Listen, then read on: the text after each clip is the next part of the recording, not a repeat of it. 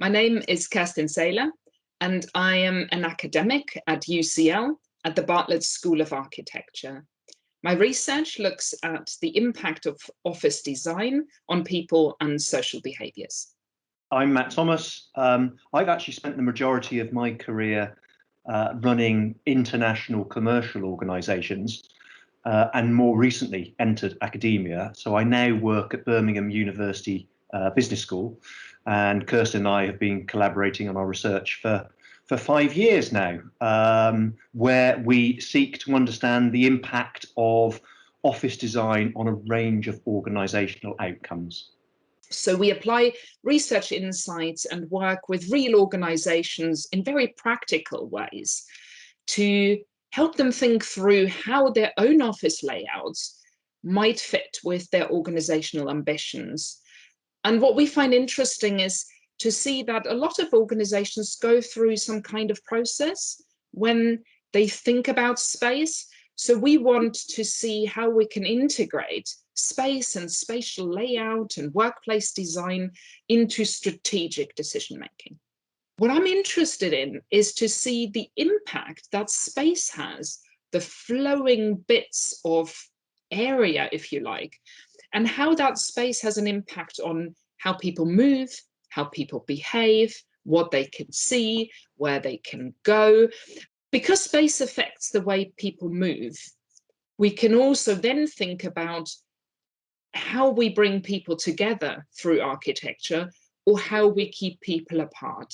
Both of these aspects are really important because we need to interact and collaborate and communicate, but we also need to have time to ourselves, concentrate, get our heads down and work productively on something.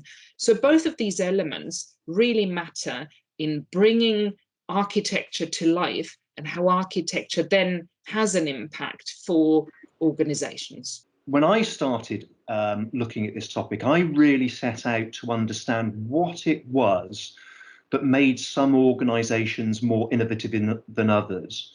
And indeed, the opposite side of that, why innovation was a real struggle for some organizations. And I found that a lot had been written about innovation in the management literature, and much of it pointed towards the importance of social interaction. That's the idea that it actually matters a great deal who interacts with whom, how wide your social circles are, how important to innovation both strong and weak ties with others are. And it's those sorts of things that led to creativity and innovation. And a recurring theme in that literature is the importance of unplanned interactions.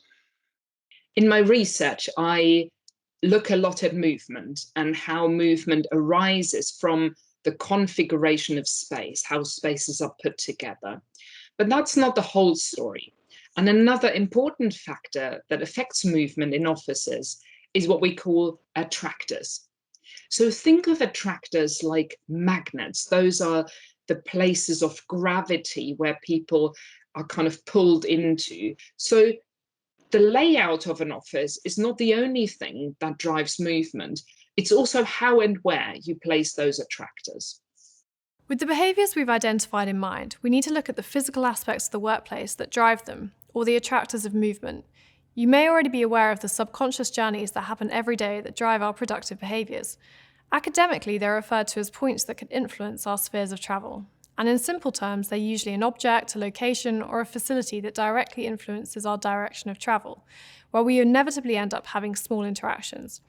Think of arriving at work in the car park, the entrance you use, chatting at reception, the lift you take, even the bathroom, the list goes on. Identifying these attractors is one thing, but considering them against the reorganisation of a workplace to encourage these types of interactions or behaviours could be expensive and take time. So what can we do about this? Well, we said that an attractor is an object, a location, or a facility that directly influences our direction of travel. And one of the key attractors in a workplace is hot beverages.